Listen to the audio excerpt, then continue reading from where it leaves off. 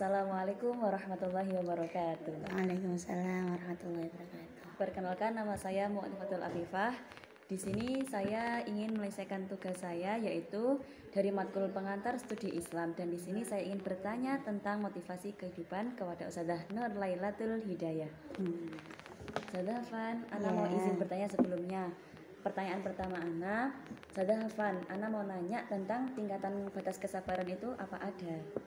Batas kesabaran sebenarnya bukan batas kesabaran, tapi melainkan tahap-tahap pembelajaran untuk kita menuju yang namanya sabar. Jadi tidak ada yang namanya batasan, karena sabar itu memang gak ada batasnya.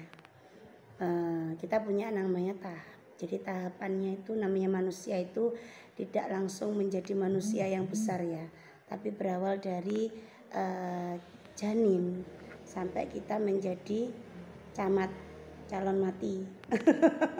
Ya, jadi antara kesabaran bagi kita waktu kita masih menjadi bayi, kesabaran ketika kita menjadi masih anak-anak, ini kan, terus kita yang dibilang untuk berproses menuju orang dewasa, yang biasa dibilang remaja, itu juga ada tahapan, dan berproses menjadi orang dewasa yang insan kamil itu sabarnya seperti apa, itu juga ada tahapannya.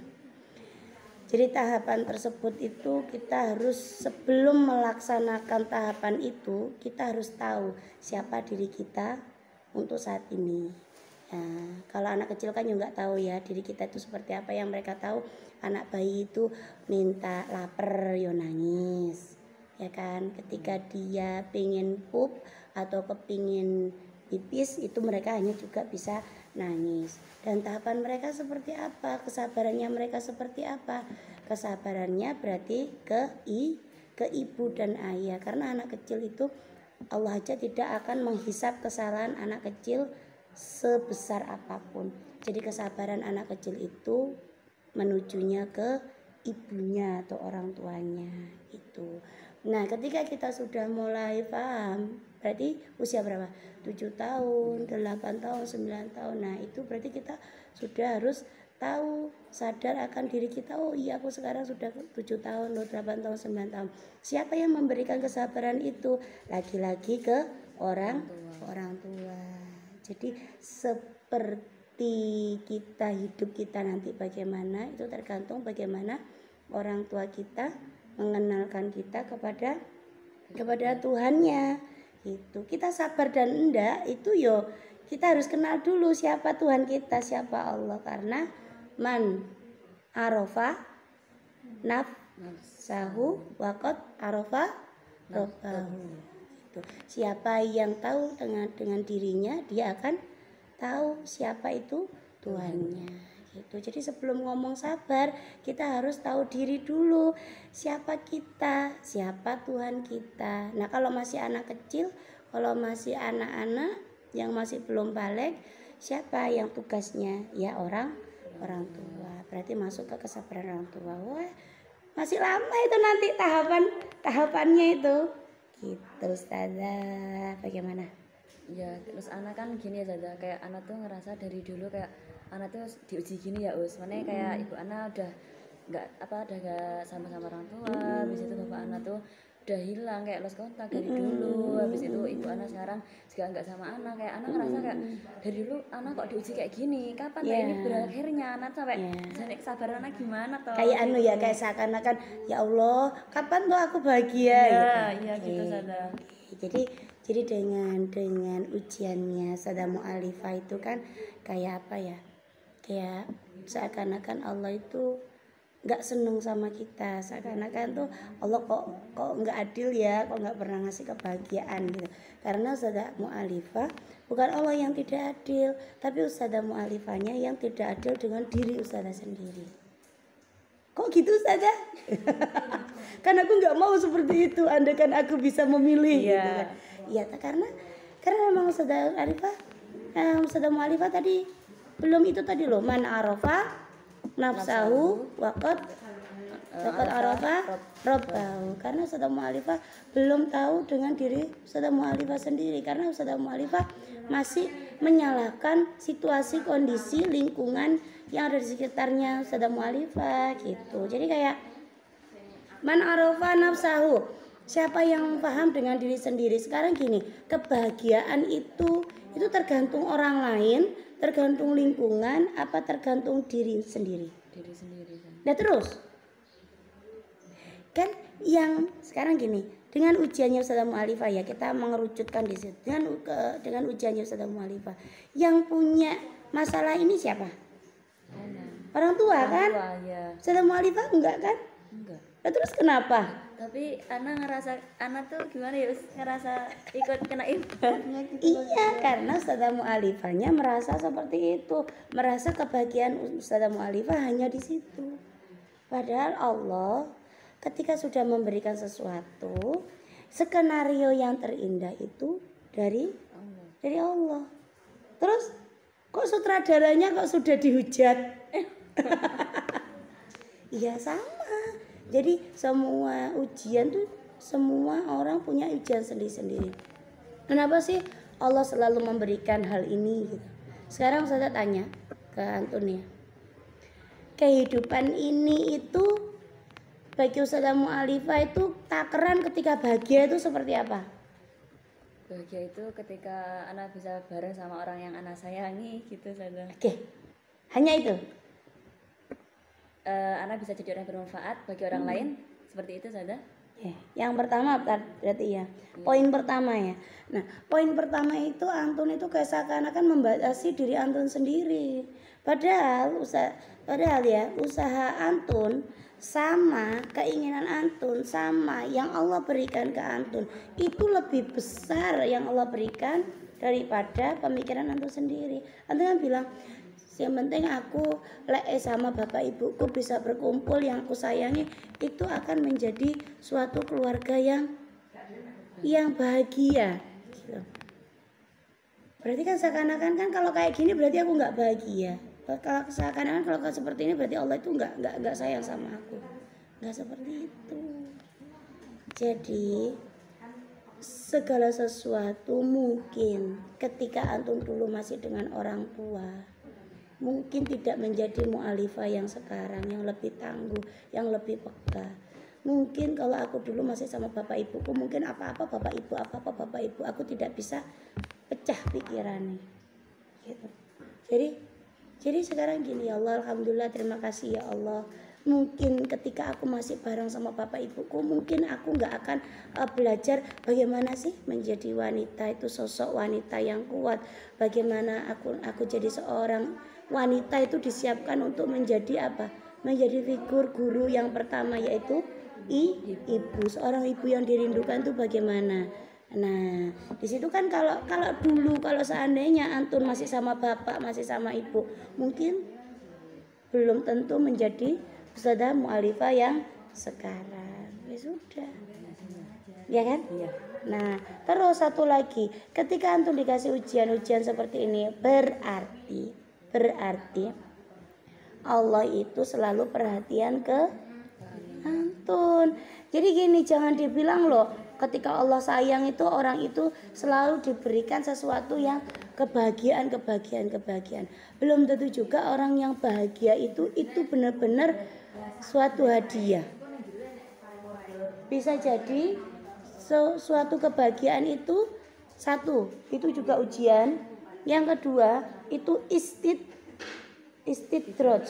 Apa sih istidraj itu? Allah itu kayak ngelulu. Allah itu ngasih wis arek iki gak gelem ngene, gak gelem ngono, tapi Allah kasih kemudahan itu, apa yang dia inginkan selalu ada. Itu bisa jadi istidraj. Kan yo malah gak enak. Mendingan dikasih suatu ujian yang mana hal itu meningkatkan diri kita gitu loh. Jadi awak dhewe umpamane dikasih ulangan itu kan otomatis kan kita tahu kan, oh ternyata kemampuanku tuh masih di step ini loh. Oh berarti aku harus menambah ini biar aku bisa ada di step berikutnya. Misalnya kalau sekarang anak-anak sekarang itu kan nge-game ya, nge-push rank ya kan. Oh ngepus rem sampai 1 jam 2 jam nggak kerasa, sampai diomeli ibu juga dia isi going, yang penting aku bisa berhasil ngepus rank. Itu kan dengan apa? Dengan ujian mereka masing-masing. Entah itu berhasil dan tidaknya, yang penting kan dia ngepus rank. Begitu ujian kehidupan. Urip iki game sebenarnya. Hidup itu game. Ketika kita udah ngepus rank itu berarti ikhtiar. Bagaimana dengan cara ikhtiar kita? Munajatnya ke Gusti Allah di nomor 1 kan, ngerayune Gusti Allah itu lebih dideketi lah sama kita, itu lebih mendekat ke Gusti Allah gitu. Jadi ketika orang yang sudah terus berusaha dekat sama Gusti Allah, dan itu nanti bisa dijadikan rutinitas atau habit. Mbok yo kita kehabisan air, kita dehidrasi, kita haus ya, dan kita nggak bisa beli air ataupun kita nggak bisa minum, itu langsung yang disebut, ya Allah kula haus. Sudah selesai.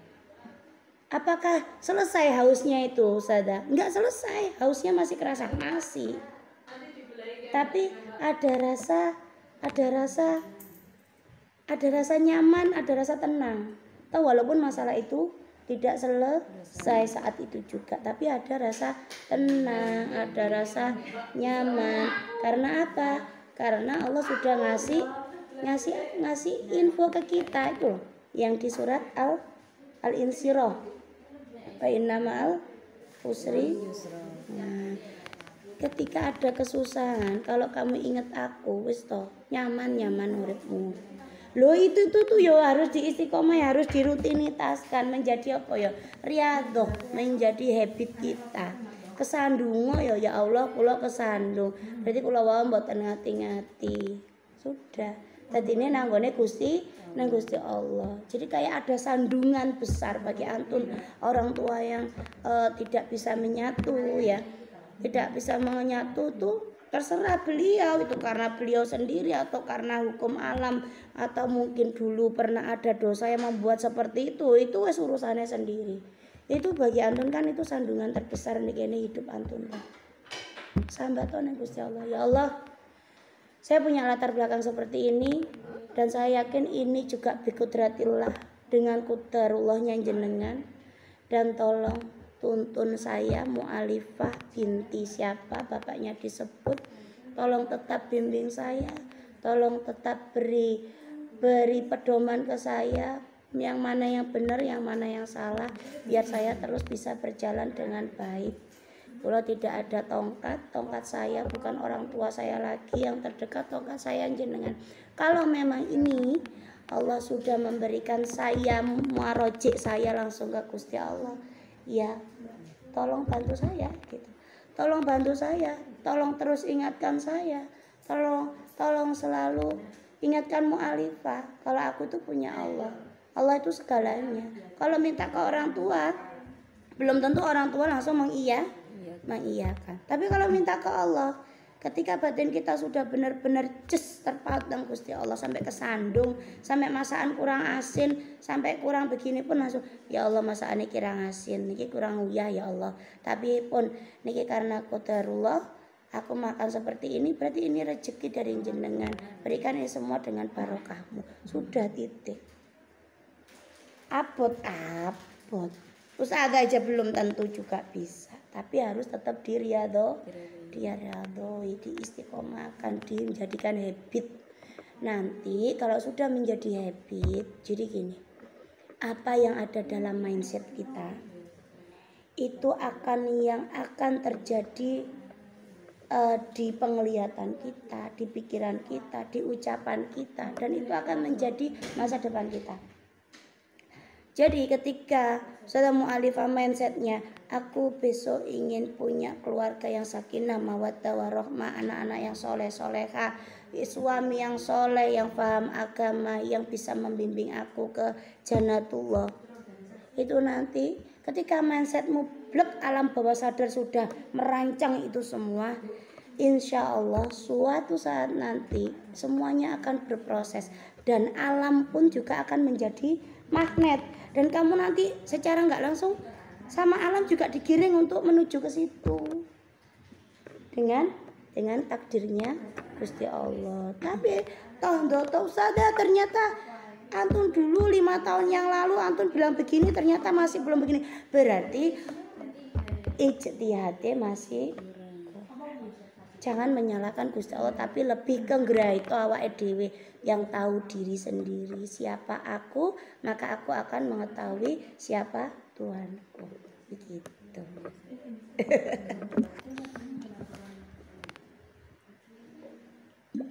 Sekarang Ustazah buat pertanyaan yang pertama Ustazah. Habis itu Ana ada pertanyaan yang kedua. Ustazah Afan, Ana mau nanya motivasinya Antun bisa menjadi wanita yang kuat dan tegar seperti ini. Itu saya masih belum bisa itu. Tapi Antun hakikatan Ana lakwa. Sebenarnya saya juga sendiri masih sering mewek, masih sering menghujat yang namanya yang punya nyawa ya.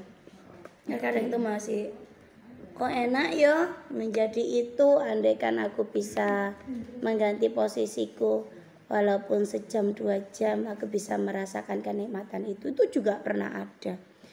Terkadang sambat ke anak-anak itu juga pernah ada. Ya memang menjadi single mother ya, single parent, terutama seorang ibu tunggal itu suatu hal yang langkah demi langkah itu harus kita pikirkan lagi. Jadi seperti yang Allah turunkan ya, wahyu yang pertama kali Allah turunkan ke Nabi itu apa toh? Iqra, untuk membaca. Membaca bukan dalam artian ini Ibu Budi, bukan seperti itu. Jadi membaca itu membaca lingkungan, membaca situasi, membaca masa depan, ya kan? Membaca apa yang akan terjadi. Kayak halnya gini aja wis, kita memakai baju. Pasti kan kita baca. Oh hari ini kayak kita sekarang ada di Mahat. Oh hari ini aku seragamnya memakai apa, karena jadi ustadzah aku memakainya apa. Aku sekarang menjadi ustadzah, nah kan gerai tahu diri kan. Aku memposisikan aku sekarang seorang guru. Aku memakai baju seperti apa, kedisiplinan pondok bagaimana. Oh seragamku ini, mama pakai kalau ustadzah ini kayak baju putih, jilbabnya hitam, roknya bawahan hitam, sepatu hitam ya kan, pakai kaos kaki.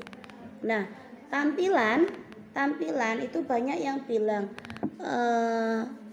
bagusnya cover buku belum tentu isi dalamnya. Jangan melihat cover buku ya kan. Iya memang iya, jangan melihat cover buku. Tapi ketika kita memposisikan diri kita menjadi public figure ya, kita kan seorang guru kan bisa dikatakan public figure ya kan. Contoh, kita menyontoh siapa? Menyontoh Rasulullah. Beliau itu seperti apa pakaiannya? Beliau pakaiannya tidak pernah branded. Beliau pakaiannya tidak pernah mahal. Tapi yang satu suci, bersih, rapi. Ketika dipandang menyejukkan, nyaman dipandang, nggak terlalu mewah, nggak terlalu glamor, dan memang jauh dari hal glamor mewah itu jauh. Tapi ketika orang melihat itu nyaman. Begitu itu juga yang tadi, yang kembali ke wahyu Allah pertama kali Iqra. Kita membacanya di situ. Oh, uswatun hasanahku siapa? Fanku sopo? Marojekku sopo? Tujuan uripku bagaimana? Kita melihat Rasulullah. Kalau yang perempuan ngelihat siapa? Fatimah Az-Zahra itu bagaimana tampilan beliau? Apakah beliau bajunya yang mewah elegan? No. Baju beliau itu sampai disum barang, suwek ditondomi, karena beliau memang benar-benar keuangan beliau memang untuk jihad fi sabilillah. Tapi kalau kita kalau bisa yo jangan jilbab suwek, ya bagaimana caranya kalau memang bisa dibalik yang sobek di dalam terlihat rapi, karena kita adalah public figure, contohnya anak-anak kita gitu loh, contohnya murid-murid santri-santri kita. Nah kita baca jilbabku kucel apa enggak, jilbabku terlihat auratnya apa tidak. Oh berarti harus memakai apa ketika tidak terlihat aurat? Memakai ciput dalaman himar itu, dalamannya jilbab. Terus habis itu jilbabnya yang bagaimana? Jilbabnya harus menutupi dada. Menutupi dada yang seperti apa? Apa hanya sebatas segitiga aja terus disamperne? Kan tidak. Nah rujukan kita ke siapa? Ke sahabiahnya Nabi yang seperti apa? Itu namanya membaca. Bajunya seperti apa? Warna sama, tapi harus yang menutup aurat. Sama warnanya, tapi ternyata bajunya terlihat lengkukan badan. Itu kan juga tidak boleh. Nah, yang kedua roknya yang bagaimana? Roknya juga yang menutupi aurat. Menutupi aurat itu yang bagaimana toh? Yang penting gawe klambi ora ketok kulitnya, ndak seperti itu. Ketika lekuk badan terlihat itu juga sama aja seperti zaman jahiliyah. Dan Rasulullah sangat tidak membenarkan ketika seorang wanita itu Bertabaruj itu seperti apa?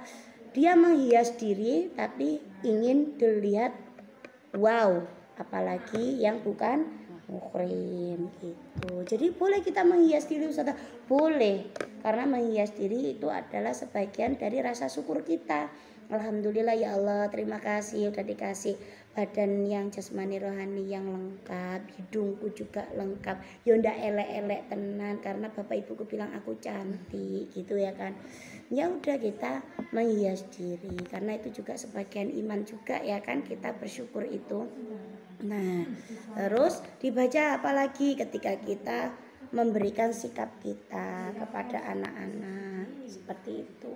Ya sudah, kita berawal dari situ aja. Habitnya pertama pelan-pelan sedikit-sedikit. Jadi gini, ketika kita contoh soal ujian. Ada 10 soal ujian. Antun kalau nomor 1 dan nomor 2 tidak bisa. Padahal nomor 7 antun bisa. Masa antun bakalan mengerjakan 1 dan 2 ini terus? Enggak kan? Dikerjakan yang paling mudah gitu. Karena apa? Karena kita punya tahapan.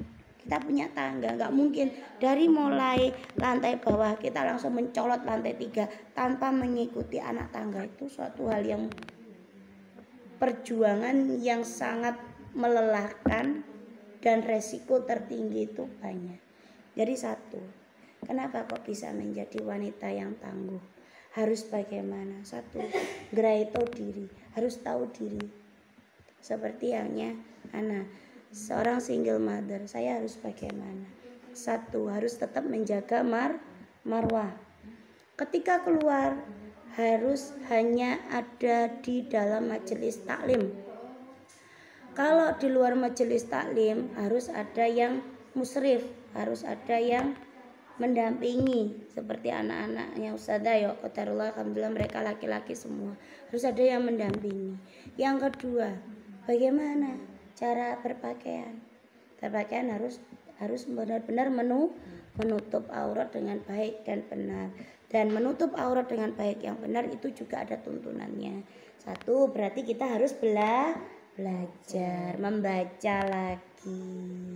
Udah, Allah memberikan Iqra itu enggak hanya membaca tok, tapi memahami, meneliti dan menjadikan itu sebagian habit. Itu nanti kalau sudah. Dan satu lagi, mindset kita, kebahagiaan bukan karena orang lain.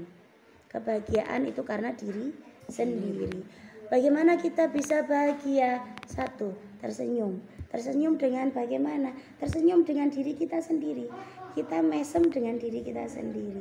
Karena Rasulullah memang memberikan untuk tabasyam, menjadikan sunnah. Tersenyumnya ke orang lain Ustazah? No, tersenyum pertama kali untuk diri sendiri. Yang kedua untuk anak-anak, orang tua dan sekeliling. Dan itu nanti akan menjadikan magnet energi positif. Begitu. Terus apa lagi ya? Pokoknya memberikan habit diri kita itu menjalankan, ayo memberikan habit yang positif. Satu, berterima kasih pada diri sendiri, memberikan afirmasi diri sendiri, memberikan penghargaan untuk diri sendiri. Ada yang namanya me time. Me time-nya juga harus yang berkualitas. Terus kita harus punya yang namanya target goal. Tapi bukan ekspektasi yang tinggi, tapi kita harus punya target. Targetku apa? Umpama seperti mama, seperti Ustazah gini ya. Kebersihan aja. Oh, hari ini aku belum nyuci baju karena kegiatan full. Berarti targetku besok aku harus sudah selesai nyuci baju ini. Itu jadi targetnya yang kecil-kecil aja, kecil-kecil, pelan, dan itu akan dijadikan habit. Pelan-pelan ini dijadikan habit, insya Allah kehidupan kita akan terstruktur dengan sendirinya. Terus setiap mau tidur malam itu ataupun waktu sholat tahajud itu bikin schedule itu untuk besok. Nah besok itu sebelum tidur itu harus ada yang namanya evaluasi. Ngobrol bareng dengan keluarga itu suatu hal yang paling penting bagi Ustazah.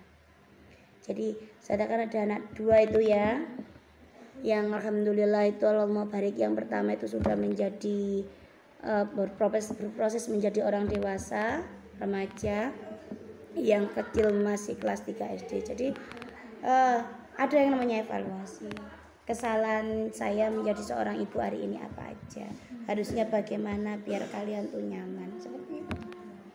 Pokoknya habit yang paling dilihat sepele bagi orang lain, tapi itu kita berusaha menjadikan habit gitu. Dan kuncinya satu, aku harus menjadi ibu yang dirindukan.